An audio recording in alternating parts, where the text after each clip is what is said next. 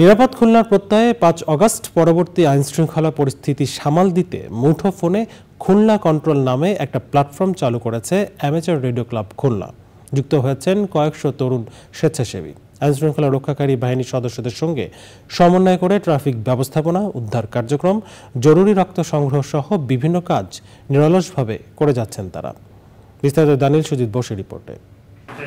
প্রিয় নম্বর সেট করে বিকাশে সেন্ড মানি করুন ফ্রি। জেলো নামের অ্যাপে লগ ইন করে খুলনা কন্ট্রোলে ঢুকতেই মুঠোফোনটা ওয়াকিটকি হয়ে যায়, আর ঘরে বসেই জানা যায় খুলনা মহানগরীর হালচাল।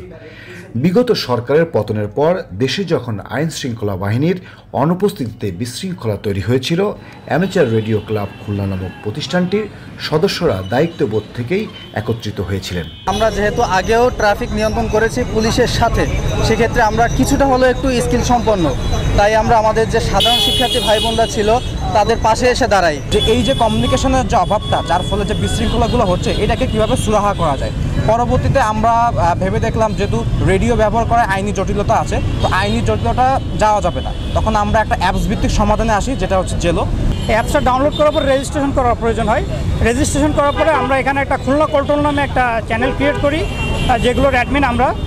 অনেক প্রবলেম ফেস করতে হয়েছে, কিন্তু আসলে আমাদের ভিতরে যে ইউনিটটা কাজ করছে, আমরা যে ইউনিট হিসেবে কাজ করতে পারছি, এইটার জন্য আমাদের বিষয়টা সফল হয়েছে। খুলনা নগরকে নিরাপদ রাখতে রাত দিন পাহারা দিয়েছেন বিভিন্ন সংগঠনের স্বেচ্ছাসেবীরা।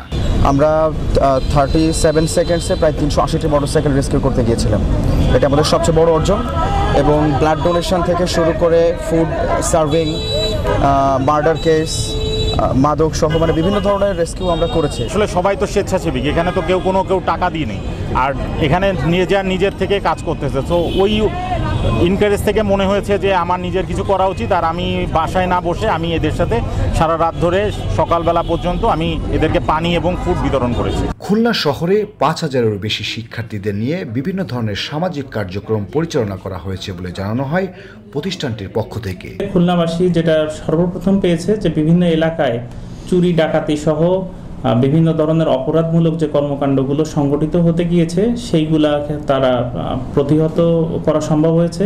তারা বাধার সম্মুখীন হয়েছে। এলাকাবাসী সহ অন্যান্য ভলান্টিয়ারি টিম, রেস্কিউ টিম সহ তারা সেখানে খবর পাওয়ার সঙ্গে সঙ্গে ইনস্ট্যান্ট, যেহেতু এই কমিউনিকেশনটা হয়, খবর পাওয়ার সাথে সাথে তারা সেইখানে খুব অল্প সময়ে পৌঁছে যায় এবং সেইগুলা তারা প্রতিহত করতে সক্ষম হয়। Daniel Sujit Bose, channel I, Khulna.